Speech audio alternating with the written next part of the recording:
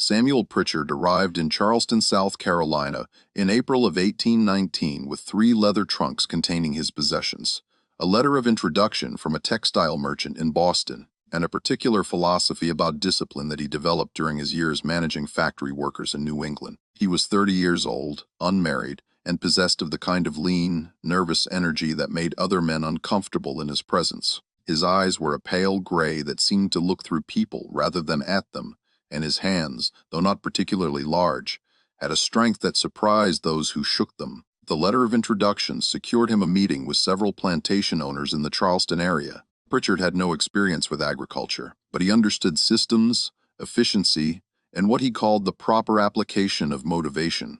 After 3 weeks of interviews, he accepted a position as assistant overseer on the Belmont Plantation, 20 miles inland from Charleston, where rice and indigo made fortunes for those willing to extract them from the humid South Carolina lowlands. The owner, William Belmont, was 61 years old and increasingly troubled by gout that made walking difficult. He spent most of his time in his Charleston townhouse, leaving the daily operations of his plantation to hired men. The head overseer was a man named Cyrus Hatch, who'd held the position for 12 years and ran things with what Belmont considered excessive leniency. Production has declined for 3 consecutive years. Belmont explained to Pritchard during their final interview conducted in a Charleston office that overlooked the harbor, Hatch is too familiar with the workers. He remembers names, asks about families. This is not how you maintain discipline. I need someone who understands that a plantation is a business, not a charity. Pritchard nodded, his pale eyes fixed on Belmont with an intensity that might have been mistaken for enthusiasm. I understand completely, sir. In the textile mills, I learned that productivity requires clarity, clear rules, clear consequences, clear execution. Sentiment has no place in proper management. Belmont smiled for the first time in the interview. I believe we'll work well together, Mr. Pritchard. Among the 263 enslaved people at Belmont Plantation was a man named Marcus. He'd been born with a different name in a village near the coast of what white men called the Gold Coast, but that name had been taken from him so long ago that even he barely remembered its sound. He was 26 years old in 1819, though he could only estimate this based on fragments of memory and the calculations of others who'd known him longer. Marcus had been sold 6 times in his life, moving from Virginia to North Carolina to South Carolina, each sale separating him further from anything he might have called home or family. His mother had been sold away when he was 7. His father, he'd never known a sister, maybe somewhere, but the memory was so faint, it might have been imagination at Belmont Plantation. Marcus worked primarily in the rice fields where the labor was. Backbreaking and the threat of disease, constant rice cultivation required standing in water for hours managing the complex system of dikes and drains, planting and harvesting in conditions that bred mosquitoes and sickness. Many didn't survive their first year in the rice fields. Marcus had survived 8. He was known among the other enslaved people as someone who kept his head down, who didn't cause trouble, who understood that survival meant making yourself unremarkable. He was neither the strongest nor the weakest, neither the most defiant nor the most compliant. He existed in that middle space where men tried to become invisible, to pass through their days without attracting attention from those who held power over their lives. He had friends after a fashion, an older woman named Ruth, who'd taken him under her protection when he first arrived, teaching him the unwritten rules of survival at Belmont. A man named Joseph, nearly 60, who told stories in the evenings about places he'd been and people he'd known, stories that might have been true or might have been elaborate fictions designed to make the present more bearable. A younger man named Thomas, who worked beside him in the rice fields and sometimes made him laugh despite everything. Marcus also had something unusual. He could read. His first owner in Virginia had been a widow who taught her own children their letters, and Marcus, serving in the house at the time, had watched and listened and taught himself in secret. It was dangerous knowledge. Enslaved people caught reading could be punished severely, so he kept it hidden. But sometimes, late at night, he would trace letters in the dirt floor of his cabin, practicing, remembering, keeping that small part of himself alive. When Samuel Pritchard arrived at Belmont Plantation on a warm May morning, Marcus was among the field workers assembled for inspection. This was Cyrus Hatch's doing. He wanted the new assistant overseer to see the workforce, to understand the people he'd be helping to manage. Hatch was a large man, weathered by years in the sun, with a face that could be hard when necessary, but more often looked merely tired. Pritchard walked slowly down the line of assembled workers, examining each person with the same expression he might have used when reviewing machinery. His eyes lingered on some, passed quickly over others, and he asked occasional questions in a flat, emotionless voice. When he reached Marcus, he stopped. "What's your name?" "Marcus, sir. How long have you been here?" "8 years, sir. And what is your primary work?" "Ricefield, sir."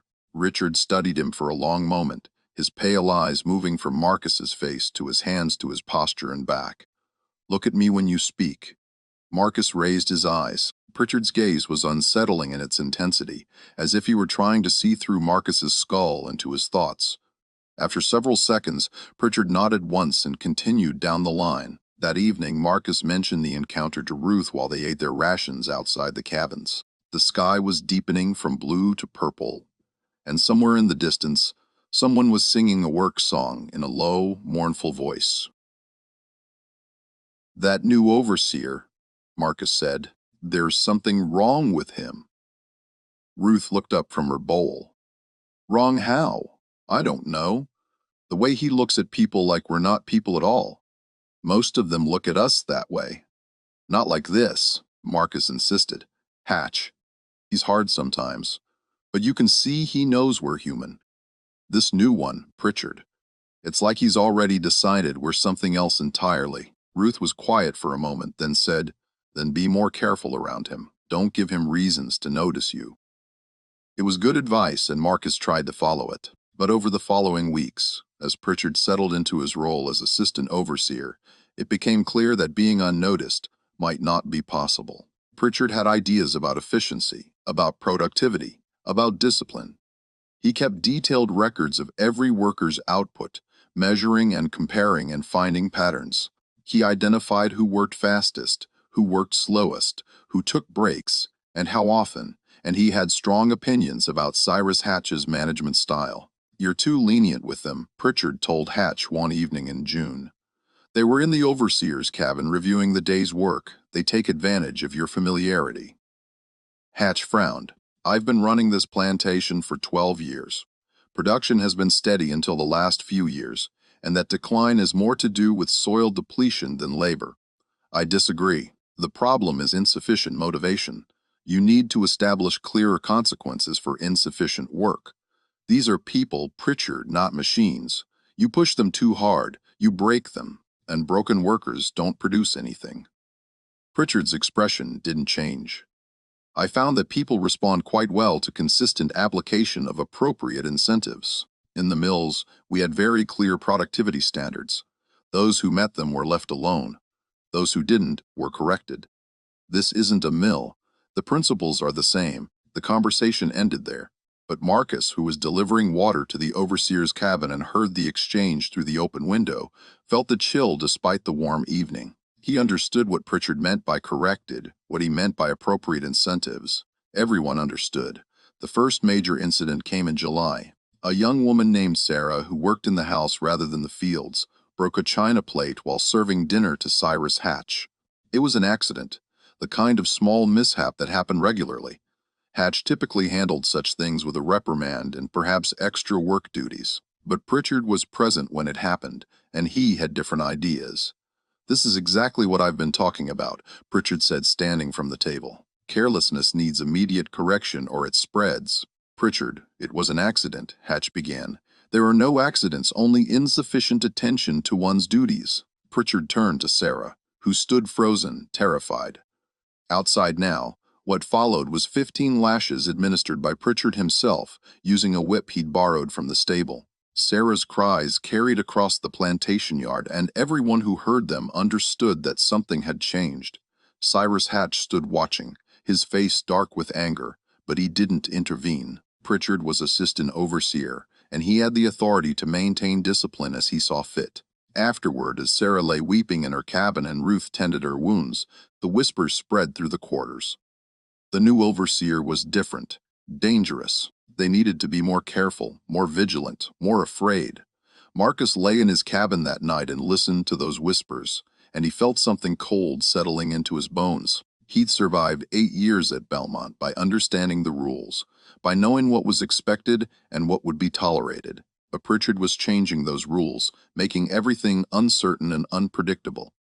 The situation deteriorated over the following months. Pritchard pushed for harsher punishments, longer work hours, more rigid standards. He wanted to implement a quota system for the rice fields where each worker would be assigned a specific amount to harvest daily with punishments for those who fell short. Hatch resisted this, arguing it was unrealistic given the variable conditions in the fields, but Pritchard was persistent. Mr. Belmont hired me to improve productivity, Pritchard said during one of their increasingly frequent arguments. Every suggestion I make, you block. How am I supposed to do my job? Your job is to assist me, not to undermine my authority, Hatch shot back. Then perhaps your authority needs to be reconsidered. The confrontation reached William Belmont's ears in late September. He summoned both overseers to Charleston for a meeting. What was said in that meeting no one on the plantation knew for certain, but when they returned, the power dynamic had shifted. Pritchard had been promoted to co-overseer with authority equal to Hatch's. The plantation was to be divided, with Pritchard managing the field workers and Hatch managing the house staff and maintenance. Marcus heard this news with a sinking feeling. The rice fields, his domain, would now be under Pritchard's direct control. The whip arrived in October. Pritchard had it specially made by a leather worker in Charleston, according to his own precise specifications. It was 5 feet long, braided from treated cowhide with a handle wrapped in cord for better grip and a small brass fitting at the base. The craftsman who made it was an old man named Wilhelm, who'd been making such implements for 40 years, serving the plantation owners and overseers who needed tools for their particular trade. Wilhelm later told his wife that there was something unsettling about Pritchard's order. Most men who come to me, they don't want to think too much about what they're ordering. They describe what they need. I make it, they pay, and leave. But this Pritchard fellow, he had drawings, detailed specifications. He knew exactly what he wanted: the weight, the length, the flexibility. He tested the balance multiple times before he was satisfied. Maybe he just wants it done right, Wilhelm's wife suggested. No, Wilhelm said slowly. It wasn't about getting it right. It was about designing something specific, like an engineer designing a tool for a particular job. Made my skin crawl, truth be told. The whip made its debut on a Thursday morning in October when a man named David was accused of deliberately working slowly in the rice fields. Whether the accusation was true or false didn't matter. Pritchard had decided to make an example.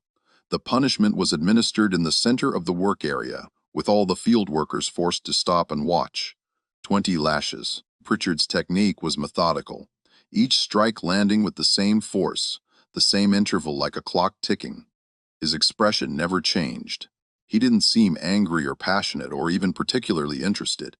He was simply performing a task that needed to be performed. Marcus watched from his position in the assembled group, his face carefully blank, his hands clenched at his sides.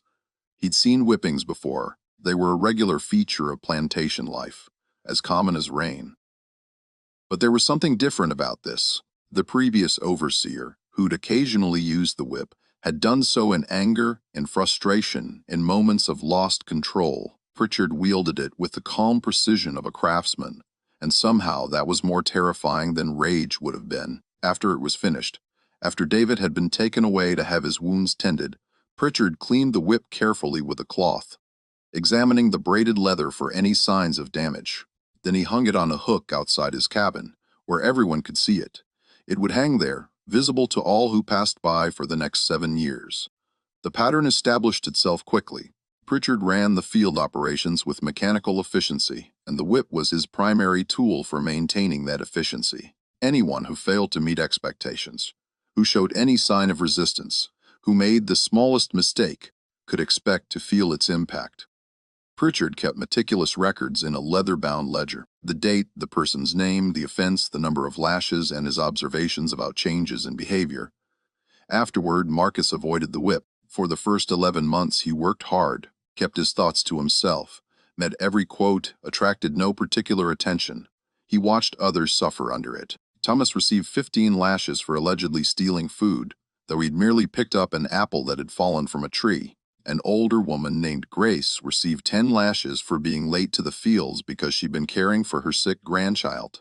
A young man named Benjamin received 25 lashes for talking back to Pritchard, though what he'd actually said was just a quiet, "Yes, sir," that Pritchard had interpreted as insufficiently respectful. The whip accumulated its history. Each person who felt it became part of its story. The leather darkened with use. The handle became worn and smooth from Pritchard's grip, and it developed a reputation among the enslaved workers that went beyond its physical properties. They spoke of it in whispers in the evenings, attributing to it qualities that seemed to transcend mere leather and cord. "That whip has a taste for us," said Joseph one night, his voice barely audible. "It drinks our pain." "Don't be foolish," Ruth said, though her voice was uncertain. "It's just a tool. The evil is in the man who uses it, not the thing itself." "Maybe," Joseph said. "But I've lived long enough to know that some objects carry weight beyond their making. That whip, it knows every one of us now. It's marked too many people not to remember." Marcus didn't believe in such things, or told himself he didn't, but he couldn't deny that there was something about the whip that commanded attention when it hung on its hook, something that made it seem more present than other objects. Even when Pritchard wasn't using it, you could feel its potential, waiting. Marcus's first encounter with the whip came in September of 1821, 16 months after Pritchard had acquired it. The rice fields required constant maintenance of the complex system of dikes and drainage channels that controlled water flow. Marcus was working on repairing a section of dike that had been damaged by heavy rain when he noticed a structural problem with Pritchard's planned repair approach. The method Pritchard had ordered would fix the immediate break, but would make the dike more vulnerable to future flooding. Marcus had seen similar repairs fail before. He hesitated, knowing that offering suggestions to Pritchard was dangerous, but the repair would take significant time and labor, and if it failed, they'd have to do it all again. After an internal debate, he approached Pritchard with his observation. "Sir, about the dike repair." Pritchard looked up from his notebook where he was recording the day's work. "What about it? The approach you've outlined will work in the short term, but the water pressure during the next heavy rain will likely cause—" "Stop." Pritchard's voice was flat. "Did I ask for your assessment?" "No, sir, but I've seen repairs like this fail before, and I thought you thought." "You thought?" Pritchard closed his notebook slowly. "What makes you believe your thoughts are relevant to me? I just wanted to—" "You wanted to demonstrate that you're smarter than me, that you understand engineering better than I do, that your judgment should override mine." Pritchard's pale eyes fixed on Marcus with that unsettling intensity. This is exactly the kind of insubordination that undermines discipline. "Sir, I didn't mean 15 lashes tomorrow morning. Maybe that will teach you the proper limits of your role here." Marcus felt his stomach drop. He'd been trying to help, trying to save time and labor, and he'd walked directly into punishment. He opened his mouth to protest, then closed it. Anything he said would only make things worse. That evening, Ruth found him sitting outside his cabin, staring at nothing. She sat down beside him without speaking. After a long silence, Marcus said, "I was just trying to help. I know the repair is going to fail. We'll have to do it again in a month." "Probably," Ruth agreed, "but that doesn't matter to him. What matters is that you suggested he was wrong. You challenged his authority. That's the only thing he heard. So we just let him make mistakes, even when those mistakes cost us more work." Ruth looked at him sadly. "We survive, Marcus. That's all we can do. We survive, and we hope that someday things change. But you can't change things by getting yourself killed, and that's what will happen if you keep challenging him." The whipping took place the next morning at dawn before the workday began. Pritchard had Marcus's shirt removed, revealing a back that had been unmarked by whips until that moment. Marcus had worked at Belmont for 9 years without ever receiving such punishment. That record ended now. The first strike of the whip felt like fire across his shoulders. Marcus had braced himself, had tried to prepare mentally, but the reality was worse than he'd imagined. The second strike crossed the first, creating a burning X pattern. The third, fourth, fifth, each one worse as the leather found flesh that was already damaged, already raw. By the 10th lash, Marcus was gritting his teeth so hard he thought they might crack. He wouldn't scream.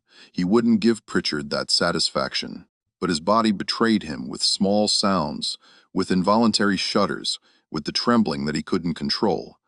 The 15th and final lash landed low on his back, and then it was over.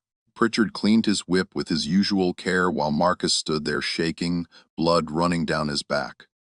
Then Pritchard spoke in that same flat, emotionless voice. "You're expected in the fields in 15 minutes. Don't be late." Ruth and two other women cleaned Marcus's wounds with water and rags, working quickly so he could get to the fields on time. Every movement was agony, but he worked through the day because the alternative was more punishment. That night, lying face down on his pallet while Ruth applied a pus of herbs to his back, Marcus felt something inside himself begin to change.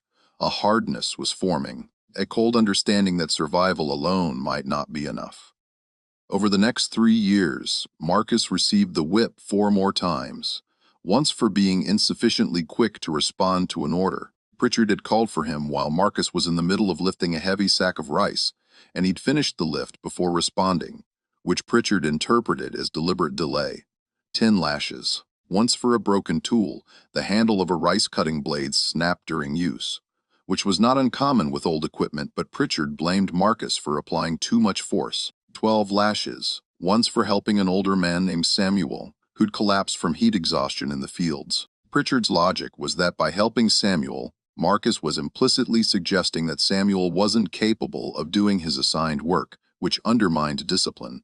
15 lashes, and once for no reason that Marcus could ever determine. Pritchard simply called him out one morning, had him brought to the punishment area, and administered 8 lashes without explanation. When it was over, and Marcus, confused and bleeding, asked what he'd done wrong, Pritchard just looked at him coldly and said, "Preventive correction. I've noted a slight decline in your productivity this week."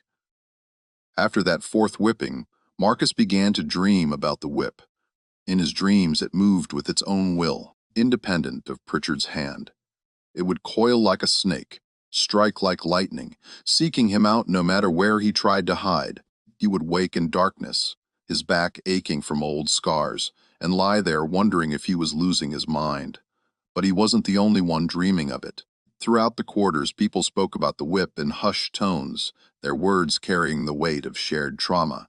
They'd all seen it, felt it, or knew someone who had. It had become more than just an instrument. It was a symbol, a presence, almost a living thing in their collective consciousness. 247, Joseph said one evening in late 1823, his voice barely a whisper. The number hung in the air, heavy with meaning. "What?" Marcus asked. "That's how many times he's used it. I've been counting 247 times over 3 years. Some people once, some people multiple times, but 247 separate whippings." Marcus felt sick. "Why are you counting? Because somebody should remember. Maybe that's all we can do. Remember and hope that someday, somehow, there's an accounting." The whip continued its work. In 1824, a young woman named Hannah tried to escape. She made it nearly 12 miles before she was caught and returned. Pritchard ordered 50 lashes to be administered over 5 days, 10 each morning, so that she would spend each day working in the fields with fresh wounds that hadn't begun to heal. The cruelty was calculated, designed not just to punish her, but to break something essential inside her and to terrify everyone else. Marcus watched the first morning's punishment and felt something fundamental shift inside himself. It wasn't rage exactly, though rage was part of it. It wasn't despair, though that was present too. It was more like a sudden clarity, a recognition that he'd been trying to survive inside a system that was designed to make survival impossible on any terms that preserved human dignity. The realization left him feeling oddly detached, as if he were watching his own life from a distance. That night, he spoke to Ruth. "How much longer can any of us bear this?" Ruth was silent for a long time. She was older now, her hair gone gray, her hands gnarled from decades of work. When she finally spoke, her voice was thoughtful rather than sad. "Some people bear it until they die. Some people stop bearing it and die sooner. And some people—" She trailed off, then shook her head. "I don't know what some people do, Marcus. I've lived 59 years and I still don't know what would happen if someone killed him." Ruth's eyes widened. "Don't talk like that. Don't even think like that." "But what would happen? They'd kill whoever did it. Slow and public to make sure everyone understood the lesson." And they probably kill others too, just to make the point clear. You know that. Marcus nodded slowly. He did know that. But the question wouldn't leave his mind, and over the following months it would return again and again, each time with more urgency, more detail, more possibility. The opportunity, when it finally came, arrived disguised as duty. It was November of 1825, 6 years after Pritchard had first arrived at Belmont Plantation. Cyrus Hatch had left the previous year, unable to continue working under the conditions Pritchard had created. William Belmont had promoted Pritchard to head overseer, giving him complete control of the plantation's daily operations.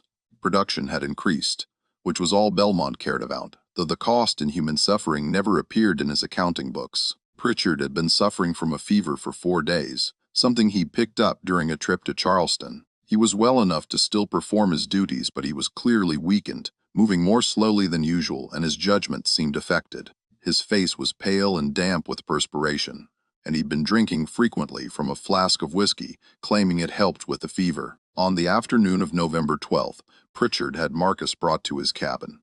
This was unusual. Field workers were typically supervised in the fields, not summoned to the overseer's private space. Marcus approached with caution, uncertain what to expect. Pritchard was sitting in a chair by his desk, looking worse than he had that morning. "I need someone to go to Charleston tomorrow," he said, his voice slightly hoarse. "There's a package to collect from Dr. Morrison's office. Medicine for this fever. Mr. Belmont has arranged for it." This was highly unusual. Pritchard typically sent other overseers or trusted house servants on such errands, not field workers, but the fever had apparently disrupted his normal patterns, and there were no other overseers available. The assistant overseers were managing other tasks. "Yes, sir," Marcus said. "You'll leave at dawn. Take the mule. The package will be ready. Be back by evening." Pritchard paused, studying Marcus with those unsettling pale eyes. "Don't make me regret choosing you for this." "No, sir." Marcus turned to leave, but as he did, his eyes fell on the whip, hanging on its hook beside the door. In 6 years, it had hung there, visible to everyone who passed, a constant reminder of Pritchard's authority. The leather was darker now, stained and worn from use. The handle was smooth where Pritchard's hands had gripped it countless times. Pritchard followed his gaze, and something like a smile crossed his face, though it didn't reach his eyes. "That whip has educated a lot of people," he said, his voice slightly slurred from fever and whiskey. "Including you, if I recall correctly. How many times was it?" 5, 6. He seemed to find this amusing. "I lose count sometimes. So many lessons to teach." Marcus felt heat rising in his face, but he kept his expression neutral. "Yes, sir. You know what's interesting," Pritchard continued. "Perhaps made talkative by fever and drink. I've kept records. Every punishment, every person, every number of lashes. It's all written down in my ledger. Do you know why I do that?" "No, sir. Because discipline requires consistency. You can't be arbitrary. You have to have rules, standards, documentation. That's what separates proper management from mere cruelty." He gestured vaguely at his desk where the leather-bound ledger sat. "Everything is recorded, a complete history." Marcus said nothing. What was there to say? That Pritchard's careful documentation didn't make his actions any less horrific, that applying systematic methods to brutality didn't elevate it to something respectable. These thoughts remained locked inside, dangerous and unspoken. "Go on then," Pritchard said, waving dismissively. "Remember dawn, don't be late." That night Marcus couldn't sleep. He lay on his pallet in the darkness, his mind churning. The trip to Charleston tomorrow represented something unusual. Time away from the plantation, distance from direct supervision, a break in the normal routine. It was the kind of opportunity that people dreamed about, the kind that might allow for escape. But he'd seen what happened to runners who were caught. The punishments were designed to be worse than death, to make examples that would haunt the survivors' dreams, and the chances of successful escape were slim, particularly for a man traveling alone on a borrowed mule in broad daylight with no resources and no destination. And yet his mind kept returning to the whip hanging by Pritchard's door, to the ledger on the desk documenting years of systematic cruelty, to Pritchard's words about education and consistency, to the fact that the overseer was weakened by fever, alone in his cabin, his reflexes and judgment impaired. An idea began to form. so dangerous and unlikely that Marcus almost dismissed it immediately, but it wouldn't leave of his mind. Through the dark hours before dawn it grew and developed, becoming more detailed, more possible, more terrible. By the time the first light appeared in the eastern sky, Marcus had made his decision. The trip to Charleston went exactly as planned. Marcus collected the medicine from Dr. Morrison's office, a tincture of some kind, in a brown glass bottle with a cork stopper. The doctor asked no questions, and Marcus volunteered no information. He ate the small ration of food he'd brought, watered the mule, and began the journey back. But instead of returning directly to the plantation, he took a detour through a section of dense woods along the Edisto River. There, working quickly, he found what he needed: a thick branch, roughly the same length and weight as Pritchard's whip. He stripped it of smaller branches and bark, working until it was relatively smooth. It wouldn't pass close inspection, but in dim light from a distance it might be convincing enough. He wrapped the branch in cloth torn from his shirt and hid it in the underbrush near one of the paths between the fields and Pritchard's cabin, in a spot he could easily find again after dark. Then he continued back to the plantation. Pritchard was waiting, sitting on the steps of his cabin despite the evening chill. He still looked ill, but his eyes were alert and suspicious. "You took your time. The doctor was with another patient, sir. I had to wait." Pritchard studied him for a long moment, then took the medicine bottle. He examined it carefully as if checking that it hadn't been tampered with. Finally, he nodded. "Get some food, then report to the quarters. You got work tomorrow." "Yes, sir." Marcus had planned to wait, to let days or even weeks pass before attempting anything. The risk was enormous, and rushing would only increase the chances of failure. But that evening, after he'd eaten and was walking back toward his cabin, one of the house servants approached him.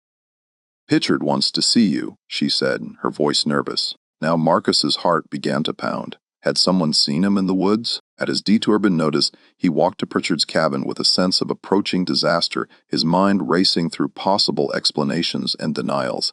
Pritchard was inside, sitting at his desk with the ledger open before him.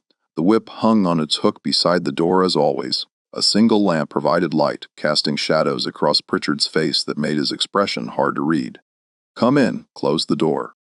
Marcus did as ordered, his every sense on high alert. Pritchard tapped the open ledger with one finger. "I've been reviewing my records.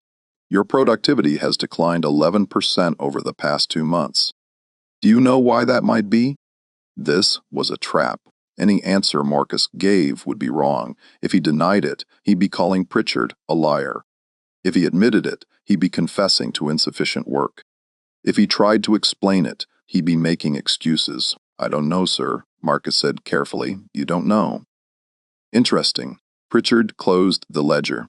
"I also had a report that you were seen near my cabin this afternoon when you should have been in the fields after returning from Charleston." This was a lie or a test, or possibly a genuine misunderstanding, but Marcus knew from long experience that truth didn't matter in situations like this. Pritchard had already decided on the outcome. This was just the formality that preceded it. "That's not correct, sir. I went straight to the fields after giving you the medicine." "Are you calling my source a liar?" The trap was closing. Whatever Marcus said would be wrong. "I'm telling you what happened, sir." Pritchard stood slowly, walked to the door, and lifted the whip from its hook. The leather scraped against itself with a sound that Marcus had learned to hear in his nightmares. "I think you need a reminder about honesty, and about the consequences of declining productivity." Pritchard's voice was flat, showing no emotion despite the fever that still clearly affected him. 20 lashes. Tomorrow morning before work begins." "Sir?" "Tomorrow morning. Now get out." Marcus left the cabin, his mind reeling. 20 lashes would leave his back roar for days, making work agonizing. But it was more than that. It was the arbitrariness of it. The certainty that he could do nothing right, that Pritchard would always find reasons to use the whip regardless of Marcus's actions. The system was designed to be inescapable. That night, lying in his cabin, Marcus made his final decision. He'd been planning, considering, hesitating, but Pritchard's announcement had removed any remaining doubt. If he was going to act, it had to be now, before tomorrow's whipping, before he was weakened and injured. He waited until full dark, until the plantation had settled into its uneasy night quiet. The moon was 3 to 4 full, providing enough light to see by, but creating deep shadows that could hide movement. Marcus rose from his pallet, moving as quietly as possible to avoid waking the others in his cabin. Outside, the November air was cold and damp. He could hear the river in the distance, the sound of water moving over rocks. An owl called from somewhere in the trees. Marcus moved through the shadows, using every trick he'd learned in 10 years of trying to be invisible, trying to avoid notice. He retrieved the wrapped branch from where he'd hidden it, checking to make sure it hadn't been discovered or disturbed. Then, his heart hammering so hard he was sure everyone must be able to hear it, he approached Pritchard's cabin. The building was dark except for a faint glow from a single lamp burning low inside. Marcus could hear Pritchard's labored breathing, the restless sounds of a man fighting fever, even in sleep. He positioned himself beside the door, barely breathing, listening. The whip hung on its hook within reach. Marcus stood there for a long moment, his hand extended, but not quite touching the leather. This was the moment of decision. Once he took the whip, there was no going back. Every consequence that followed would trace back to this moment, this choice. He thought about the scars on his back, put there by this whip and the man who wielded it. He thought about Hannah's broken spirit after her attempted escape and subsequent punishment. He thought about Joseph's count 247 separate whippings over 6 years. He thought about the systematic documentation in Pritchard's ledger, the careful records of suffering inflicted with mechanical precision. He thought about the fact that tomorrow morning he would feel this whip against his flesh again for the 6th time, and that there would inevitably be a 7th time, an 8th, a 9th, continuing until either he died or something changed. His fingers closed around the handle. The whip was warmer than he'd expected, despite the cool night air. For one irrational moment, Marcus could have sworn he felt it pulse in his grip, like something alive responding to his touch. The sensation was so startling that he almost dropped it, but he didn't. He lifted it carefully from its hook, the leather uncoiling as it came free. It was heavier than it looked, the weight of 6 years of use, of 247 punishments, of accumulated suffering that seemed to have soaked into the material itself. He hung the disguised branch in its place. In the darkness from even a short distance, the substitution wasn't obvious. It would be discovered eventually, but he only needed it to work for a little while. With the real whip coiled around his arm, Marcus crept away from the cabin. He didn't go back to the quarters. Instead, he went to one of the storage buildings where tools were kept, a place where someone might plausibly be working late on repairs or preparing equipment for the next day. And there, hidden in shadows, he waited. Time became strange. Minutes stretched into what felt like hours. Every sound made him flinch. The creak of wood, the scurry of a rat, the distant sound of someone coughing in the quarters. Several times he nearly lost his nerve, nearly put the whip back and abandoned his plan. The consequences, if he was discovered, were too horrible to contemplate. But each time he was about to give up, he would look at the whip coiled beside him and remember everything it represented. Every crack of leather against flesh, every cry of pain, every person marked and broken. The weight of that history kept him there, waiting in the darkness. After what seemed like an eternity, he saw lamplight in Pritchard's cabin again. The overseer was awake, probably his fever worsening or perhaps needing to use the privy. Marcus watched the shadow moving behind the curtain, his breath catching in his throat. This was it. If there was ever going to be an opportunity, it was now. While Pritchard was awake and moving but still reek from fever, while darkness provided cover, while the substitution might still go undiscovered. But how? Marcus turned the problem over in his mind frantically. He couldn't simply walk into the cabin and attack Pritchard. The overseer kept a pistol by his bed and would reach for it at the first sign of threat. And even if Marcus succeeded in overpowering him, even if he managed to kill Pritchard, what then? He'd be caught immediately. His death would be certain and horrific unless the plan that formed in Marcus's mind was audacious to the point of madness. It would require timing, courage, and an enormous amount of luck. It would also require making Pritchard believe something that seemed completely plausible, even as it was completely false. Marcus left the storage building and moved through the darkness to Pritchard's cabin. He positioned himself beside the building against the wall where there were no windows. Then he began to make sounds, quiet at first, then gradually louder. Scratching sounds, scuffling sounds, the kind of sounds made by an animal or perhaps a person trying to be stealthy but not quite succeeding. Inside the cabin, Pritchard's movement stopped. Marcus could imagine him sitting up, listening, his fevered mind trying to make sense of the sounds. Marcus made more noise, a thump against the wall as if something had knocked against it. The cabin door opened. Pritchard stood there in his nightshirt, a lamp in one hand and his pistol in the other, squinting into the darkness. His face was flushed with fever and he swayed slightly. "Who's there? Show yourself." Marcus moved quickly, circling to stay out of the lamplight, making more sounds near the corner of the cabin that led toward the woods. Pritchard turned toward the sounds, moving down the steps. I said, "Show yourself. I'll shoot." Marcus had positioned everything carefully. As Pritchard moved to investigate the sounds, walking past the hook where the disguised branch hung, Marcus emerged from the shadows behind him, the real whip uncoiled in his hand. "Looking for this," Marcus said quietly. Pritchard spun around. His eyes widened as he saw Marcus standing there, the whip held ready. The lamp and pistol were both in Pritchard's hands, but the surprise had thrown off his reaction. "What do you think your Marcus struck?" He had no practice with the whip, had never wielded such an instrument in his life. His first attempt was clumsy, the leather wrapping around Pritchard's wrist instead of landing cleanly, but it was enough to make Pritchard drop both the lamp and the pistol. The glass shattered and the light went out, plunging them into darkness illuminated only by moonlight. Pritchard lunged forward, trying to reach the dropped pistol, but the fever had left him weak and his coordination was poor. Marcus stepped aside and struck again. This time, the whip caught Pritchard across the face, opening a cut above his eye. Pritchard cried out and stumbled backward. "You'll hang for this," Pritchard gasped, his hand going to his bleeding face. "They'll hunt you down." And Marcus struck again and again. He was acting on instinct now, fear and rage and something deeper guiding his arm. The whip seemed to know where to go, how to move, as if it remembered its purpose and was simply being directed by a different hand. Each strike landed with a wet sound, leather against flesh, creating wounds that would have been familiar to anyone who'd ever felt this whip's impact. Pritchard tried to fight back, tried to retreat, tried to call for help, but his weakened state betrayed him at every turn. He stumbled over the steps, fell to his knees, tried to rise, and was struck down again. His cries grew weaker, more desperate, dissolving from angry threats into pleas, and then into inarticulate sounds of pain and terror. Marcus didn't stop, couldn't stop. 6 years of accumulated suffering, of careful invisibility, of swallowed rage and suppressed humanity were pouring out of him with each strike of the whip. This was the instrument that had marked him 5 times, that had marked 247 others, that had hung beside Pritchard's door like a promise and a threat. Now it was being used for a different purpose, completing a circle that had needed closing. Then, with one particularly vicious strike across Pritchard's throat, everything changed. The sound Pritchard made became a horrible choking gurgle. He fell forward, both hands going to his neck.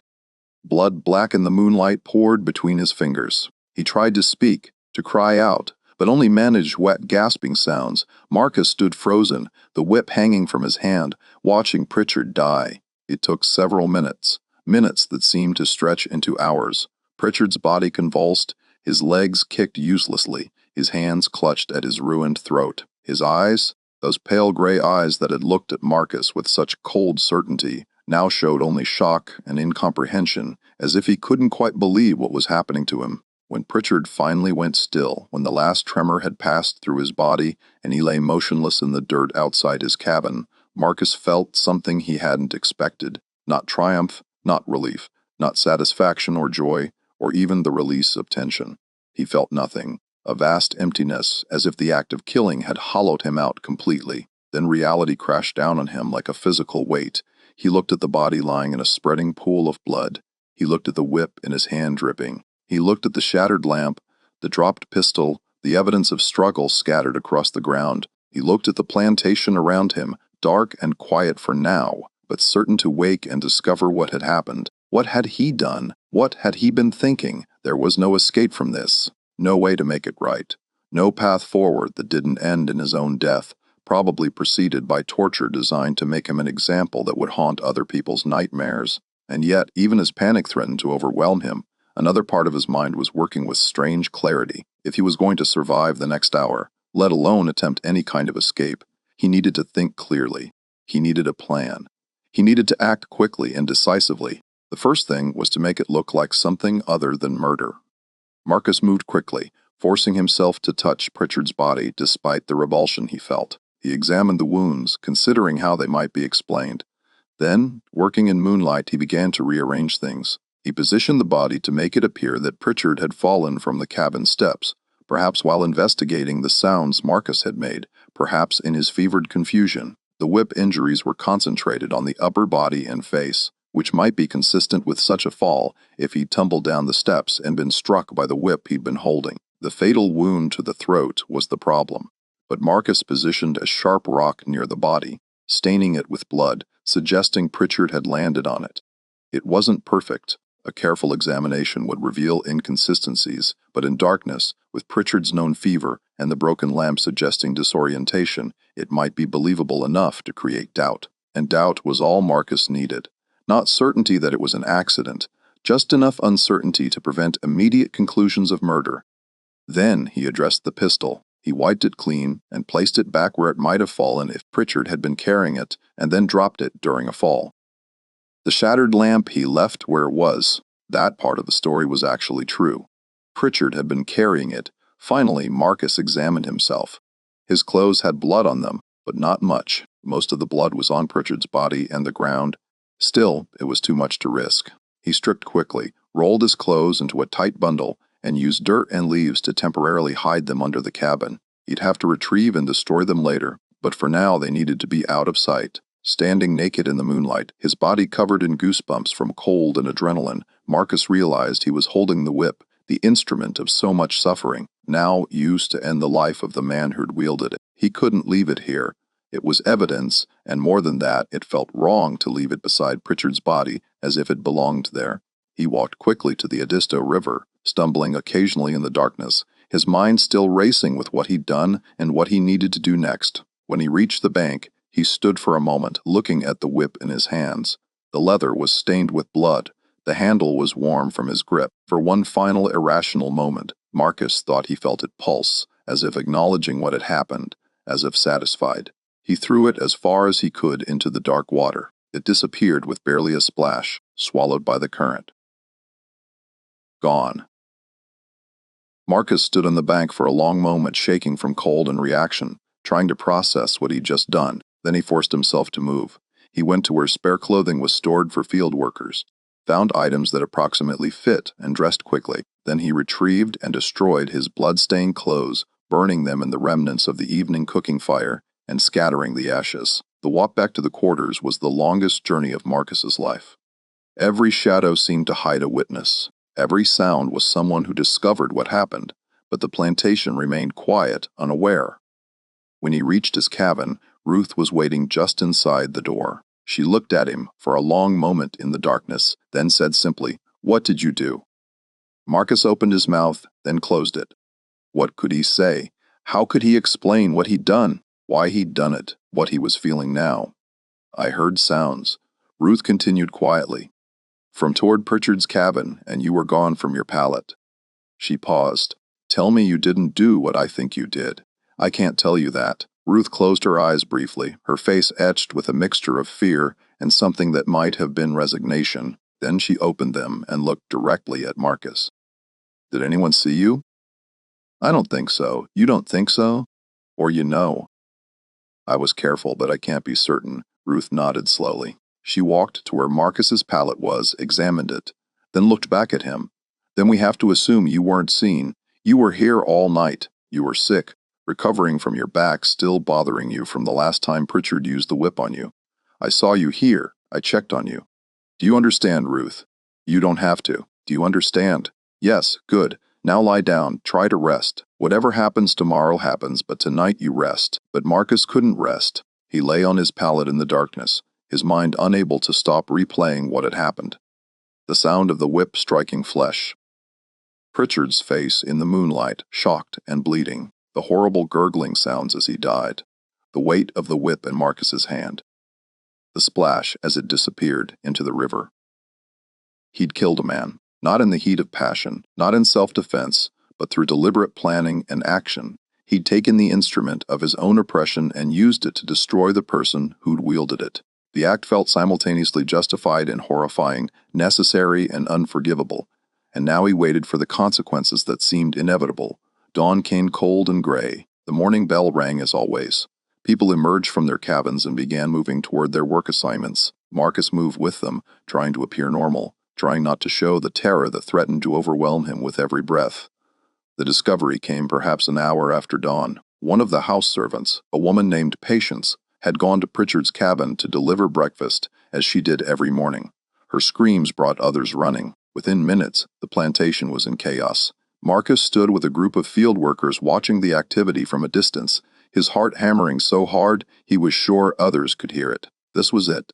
This was when they'd figure out what really happened, when someone would remember seeing him near the cabin, when the evidence would point unmistakably to murder and to him. The assistant overseers took charge, ordering everyone to their cabins while they examined the scene. Marcus sat in his cabin with the others, waiting every moment in agony of anticipation. This was when they'd come for him. This was when it would end. But the hours passed, and no accusation came.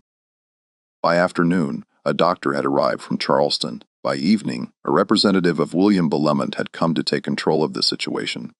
Marcus heard fragments of their conversations. Pieces of their conclusions carried on the wind through the thin cabin walls clearly fell.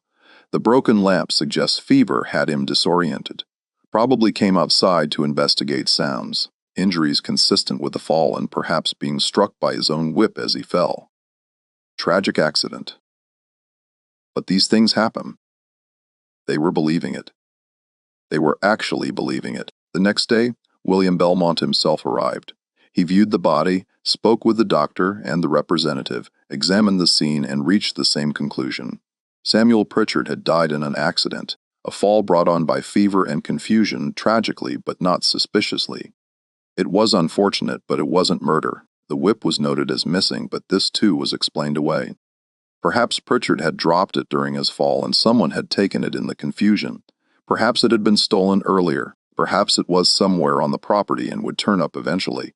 The matter didn't seem important enough to investigate thoroughly. After all, it was just a whip, easily replaced. Marcus maintained his composure through all of this, through the questions and the examinations and the eventual funeral, where he stood with the others and was forced to show respect for a man he'd killed. He answered when spoken to, kept his eyes appropriately downcast, gave no sign of anything unusual. Inside, he was a churning mass of fear and disbelief, waiting for the moment when someone would see through the deception, when the truth would emerge. But that moment never came. Within a week, a new overseer had been hired, a man named Patterson, older than Pritchard, with a different approach to management, less systematic in his cruelty, more traditional. Patterson brought his own whip, but it was different, shorter, less precisely crafted. He used it as overseers did, but without Pritchard's mechanical precision. Without that systematic approach to discipline, life on the plantation continued. The rhythms of work resumed. Pritchard was remembered briefly and then forgotten with remarkable speed, his meticulous records packed away, his methods abandoned in favor of Patterson's different approach. Marcus continued working in the rice fields. His back carried the scars from Pritchard's whip, 5 separate sets of marks that would never fully fade. He spoke little, worked steadily, attracted no particular attention. To all outward appearances, he was unchanged by what had happened. But inside, something fundamental had shifted. He'd learned that the systems that seemed unbreakable could be broken, that the instruments of oppression could be turned against their wielders, that even the most carefully maintained control could collapse given the right circumstances. He'd also learned that he was capable of things he'd never imagined, both terrible and necessary, and that sometimes the price of that capability was carrying knowledge that could never be shared. On quiet nights, lying in his cabin, he sometimes thought about the whip resting somewhere in the Edista River.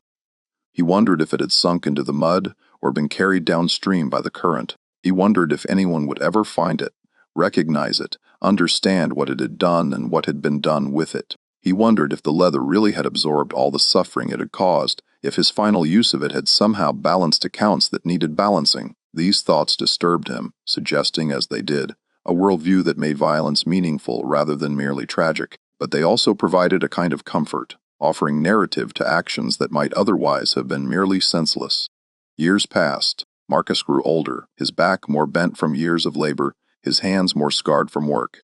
He survived things that should have killed him, disease, injury, the casual brutalities that were constant features of plantation life. He saw overseers come and go, some worse than Pritchard, some less terrible, but none quite matching that particular combination of systematic cruelty and mechanical precision. Eventually, the war came, bringing with it the chaos and destruction that would finally end the system that had defined Marcus's life. But that's another story, one that belongs to history books rather than to this particular tale. This story ends in 1825 in November, with a whip at the bottom of a South Carolina river and a man who learned that sometimes objects carry weight beyond their physical form. that sometimes suffering accumulates until it finds a way to balance itself, that sometimes the instruments designed to break people become instruments of breaking free. Whether Marcus ever told anyone the truth, whether he carried his secret to his grave or eventually shared it with someone he trusted, is lost to time. The historical record, such as it is, says only that Samuel Pritchard died in an accident on November 12, 1825,